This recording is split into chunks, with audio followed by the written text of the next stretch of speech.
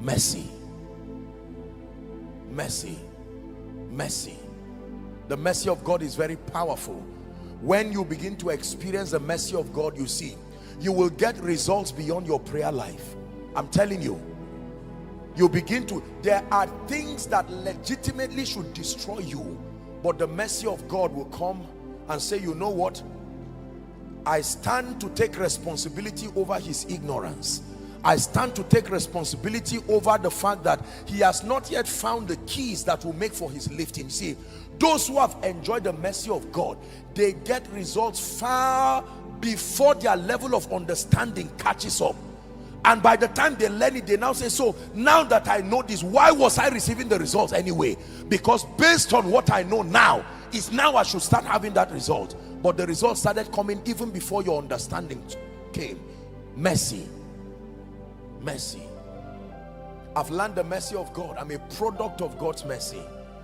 I'm telling you, the mercy of God is an anchor. When you stand within the jurisdiction of God's mercy, it's a diplomatic immunity. God shows mercy. God shows mercy.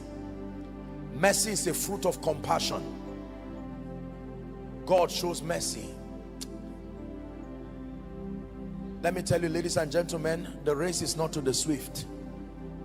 When people reach me and say, Apostle, these great things that God is doing in your life, usually I frown at those kinds of things. I know that they are honestly admitting what God does. But anytime people begin to give credit over anything achievement, anything result, I've programmed my mind to channel it immediately. Immediately. I tell them, you are talking about mercy here. So make sure I hear you mention mercy at the end of your statement. I tell them, you are talking about great things across the nations. If you think this happened just because of intelligence or connection or wisdom, I've learned what the mercy of God can do. Woe betides a man that fights someone who has secured God's mercy. No. Mercy comes with jealousy.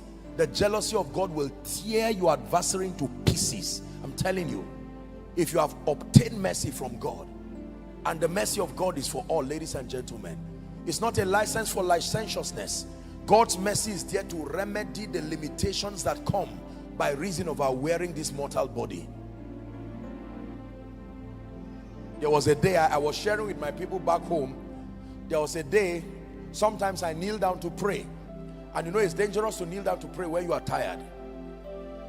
I returned from a meeting and knelt down, just lying down on my bed. And I'm telling you, I can't remember. I know that I was with my phone. The Bible was open. I was just blessing the name of the Lord. And I'm not talking of the kind of deep sleep. When I woke up, I said, well, God, I've taught people to pray. I've taught people to be serious. You too, you know that this is not like a spiritual unseriousness. Even me, I didn't know when I slept. And I was preparing for a meeting, you know, and yet the people will not know. They will see the power of God. It's only me and God that knows what happened that night. Someone shout mercy. I slept that night. I consider myself someone who has a high sense of discipline. I can stay for days without sleeping, walking. But that day, I think God just allowed it to show that, Mr. Man, no matter how strong you think you are a man. I knelt down giving thanks to God, not watching a movie, giving thanks.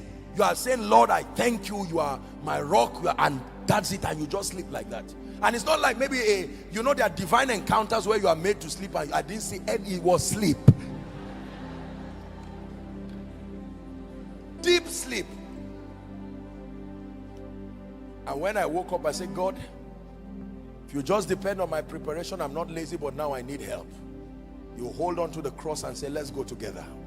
Let's go together. And usually some of those meetings where God will humble you. You will see him do things that at the end of it, you will go back and kneel down and say, Lord, I want to say thank you for placing your honor upon my life. I sense in my spirit that someone came for this meeting. You are about to see the help of God in a way.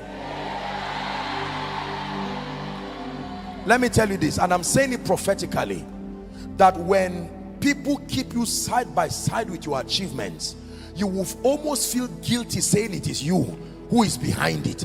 Because when you look at it, does not add up. There will be a missing variable in that equation that only the size of God can complete. You mean you are the one who built this house in 1 year without begging? You mean you are the one who raised these children, 8 of them, and you did not go to school? And every one of them, this one is in UN, this one is working in NMPC, this one is working there. Are you telling me you are the one who raised 12 boys and every one of them is a champion? Every time you don't have an explanation for your results, the answer is mercy. Did you hear what I said? The answer. How come your child has a PhD at age 20? Say mercy. Don't say I'm a very diligent father. There are many diligent fathers who almost kill their children to make sure they straighten themselves, and those children still bent. Even Jesus did not have 12 over 12 raising his disciples. Nobody assisted him in choosing them, and yet one still went down. He chose the disciples himself as the word of God, as the fountain of wisdom. Nobody helped Jesus in mentoring the disciples, and yet he didn't score 12 over 12. It's God, oh. Mercy. Someone shout mercy.